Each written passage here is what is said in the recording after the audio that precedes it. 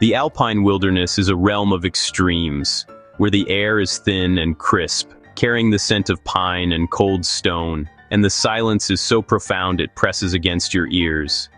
Here, beauty and danger are woven together, inseparable threads in a tapestry of jagged peaks and shadowed valleys. The weather can shift in an instant. One moment, golden sunlight warms your face.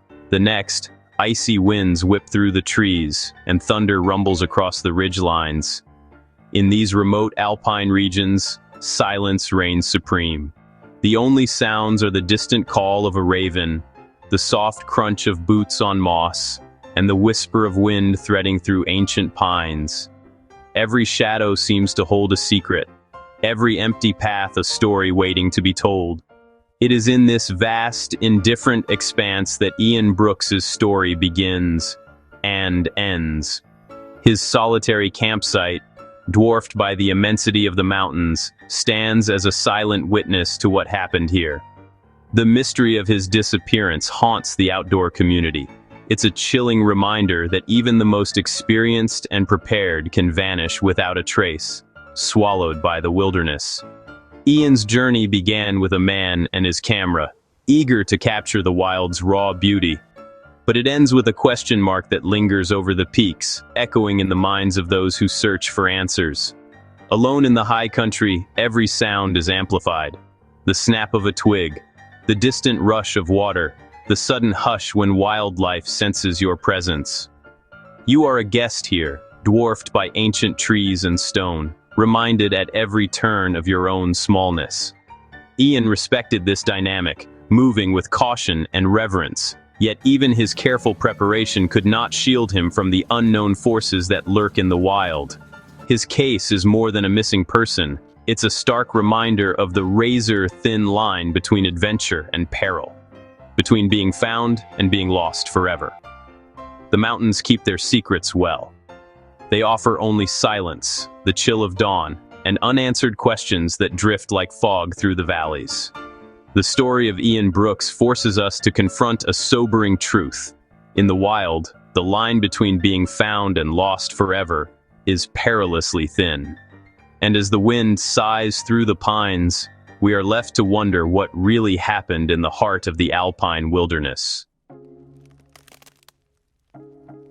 Ian Brooks was no amateur. He was a meticulous, seasoned outdoorsman and a gifted photographer. His love for the wild began early, inspired by stories of legendary explorers and countless childhood hikes with his family. Friends described him as cautious, almost obsessively so, planning every trip with military precision. He was known for regaling others with tales from his adventures, like the time he navigated a blizzard in the Rockies or rescued a stranded hiker in the Cascades. For this solo journey, he charted his route, packed for every contingency, and left a detailed itinerary with his sister, Sarah. Ian kept meticulous journals, documenting not just the landscapes, but his thoughts and motivations, his drive to capture the untamed beauty of nature and push his own limits. His last message was upbeat: "Made it to the upper basin. Weather is clear, views are incredible. Setting up camp. Talk to you in a few days. Love, Ian."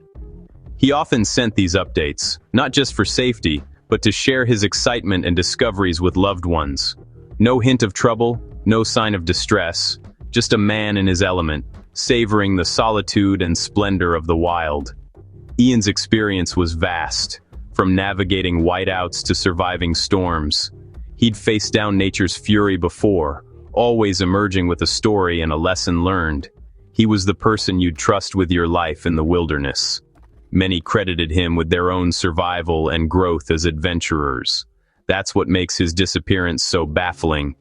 If he'd been reckless, the tragedy might be easier to accept. But Ian's motivations were never about thrill-seeking. He sought connection with nature, with people, and with himself. But Ian was the least likely person to simply vanish. Every move was calculated, every risk weighed. His legacy, stunning photographs, heartfelt journals, and a mystery that only deepens with time. The paradox remains. The most prepared can still be claimed by the unknown. Ian's story is a stark reminder that nature doesn't play favorites. no matter how skilled or passionate you are. In the high alpine, weather is unpredictable and merciless. Storms can form in minutes, catching even the most prepared off guard. The day after Ian's last message, a brutal, unpredicted storm struck. Temperatures plunged, winds howled, and snow buried the landscape. The storm's ferocity not only threatened Ian, but also complicated any hope of a timely rescue. Survival in such conditions demands more than gear. It requires flawless decision-making under pressure. For search teams, the storm erased trails and landmarks, making navigation nearly impossible. Hypothermia clouds judgment, and a whiteout erases all sense of direction. Even rescue operations were forced to pause, grounded by the relentless weather. Alone, Ian faced a psychological and physical trial few could endure. The environment itself became a barrier, isolating him further as the storm reshaped the land. Every choice, stay put or move, became a matter of life and death. For rescuers, each step was a gamble, with avalanches and hidden dangers lurking beneath the snow. The storm turned the landscape he loved into a hostile, alien world. Familiar paths vanished, and the forest became a maze of snow and ice. We can only imagine his struggle. Did he try to secure camp, or was he caught off guard? Searchers found only traces, half buried and battered by the storm. In that chaos, even the most experienced can be overwhelmed. The storm tested everyone, survivor and rescuer alike. The wild, once beautiful, became a monochrome vortex where survival was the only goal. For Ian and those searching for him, the storm changed everything. When Ian missed his check-in, search teams found his camp after the storm. The scene was almost eerily pristine. Ian's tent was perfectly pitched, its guy lines taut and staked deep into the snow. His sleeping bag was unzipped and neatly laid out inside, as if he'd just gotten up. Outside, his camping stove sat on a flat rock, a pot with a thin layer of ice inside, suggesting it had been used recently. His backpack was propped against a tree, food supplies sealed and organized, a map and compass placed carefully on a dry patch of ground. There were no signs of a struggle, no scattered belongings, and no indication of panic. The only clue, one single set of boot prints leading away from the tent, steady and purposeful, as if Ian had left with a clear destination in mind. The tracks continued for about 100 yards, then stopped abruptly in the open snow. There were no drag marks, no animal tracks, and no sign of anything unusual at the end of the trail. It was as if Ian had simply vanished into thin air, leaving behind a camp that looked ready for his return at any moment. Searchers combed the area, looking for any overlooked clue. A dropped glove, a torn piece of fabric, even a note, but found nothing. The mountains offered no answers, only silence, and the chilling mystery of a camp left in perfect order, but without its camper. Satellite imagery brought a whole new dimension to the mystery, thanks to the advanced high-resolution feeds used by both search teams and independent analysts. Before the storm, the basin was completely empty, no sign of human activity, just a pristine, untouched expanse of snow. During the storm, the area was obscured by thick clouds and swirling snow, making the satellite feed nearly useless for several days. After the storm, initial images showed only a smooth, white landscape, no tent, no tracks, nothing to suggest anyone had ever been there. But days later, a new satellite pass revealed the tent, suddenly and inexplicably visible in the exact spot where searchers would later find it. Those monitoring the feed were stunned. The camp seemed to flicker in and out of existence, appearing on some images and vanishing on others.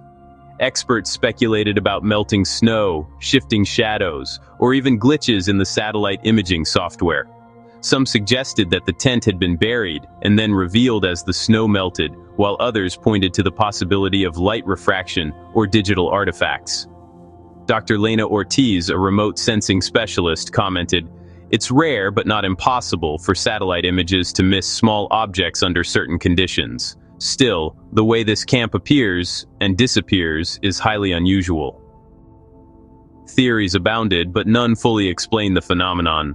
The ghost camp baffled both investigators and satellite experts alike. Combined with the vanishing footprints, the satellite feed discovery pushed the case from a tragic accident into the realm of the inexplicable. What began as a wilderness mystery had now become a technological enigma, leaving everyone searching for answers that technology itself couldn't provide. In the absence of evidence, theories abound, each more intriguing than the last. Some say Ian succumbed to hypothermia, wandering off in a delirious state. Experts point to similar disappearances in these mountains, where cold and confusion go hand in hand. Others suggest he fell into a hidden crevasse, though ground-penetrating radar and search dogs found nothing, just as in the case of the vanished climber, Mark Ellison, a decade prior. Animal attack? No tracks, no struggle. Local biologists dismiss the idea, noting the absence of any sign, just like the infamous silent clearing case.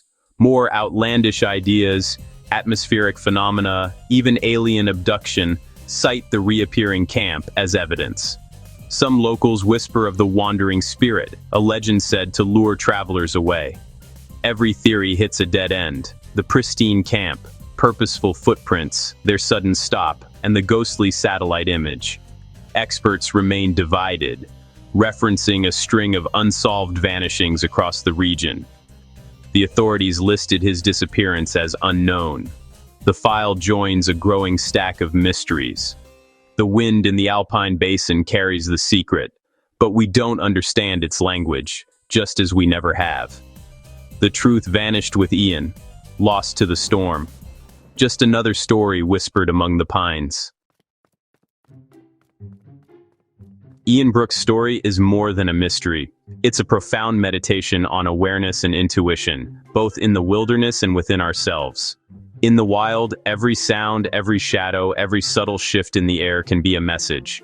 Awareness is not just about seeing, but about truly noticing, being present in each moment, attuned to the world and to your own senses.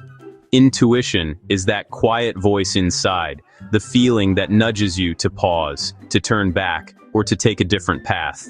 It's wisdom shaped by experience, but also by something deeper. An ancient instinct that connects us to the natural world and to each other.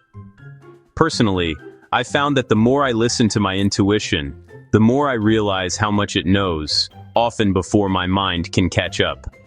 The wilderness, in its silence and unpredictability, teaches us to respect that inner voice. If something feels wrong, trust that feeling. It's not paranoia, it's a form of wisdom, a survival tool honed over generations. Ian's unresolved disappearance is a stark reminder that sometimes, despite our best efforts, there are no clear answers. The unknown is part of the human experience. Yet, the silence left behind is not just emptiness. It's a call to be more prepared, more intuitive, and more connected to ourselves and to those around us. When someone goes missing, it's the community that searches, supports, and keeps the story alive. Our shared vigilance is a testament to our collective humanity. We share these stories not to spread fear, but to remind each other of the importance of preparation, intuition, and awareness. These conversations are how we learn, grow, and protect one another. Encourage others to trust their gut. It's a strength, not a weakness. In a world full of uncertainty, intuition is a guiding light. The best tribute to those lost in the wild is to honor their stories by learning from them, by becoming more aware, more intuitive, and more compassionate. So stay aware, trust your instincts, and never underestimate the wild or yourself. In doing so, we not only protect ourselves, but we also honor the stories of those who came before us and inspire those who will follow.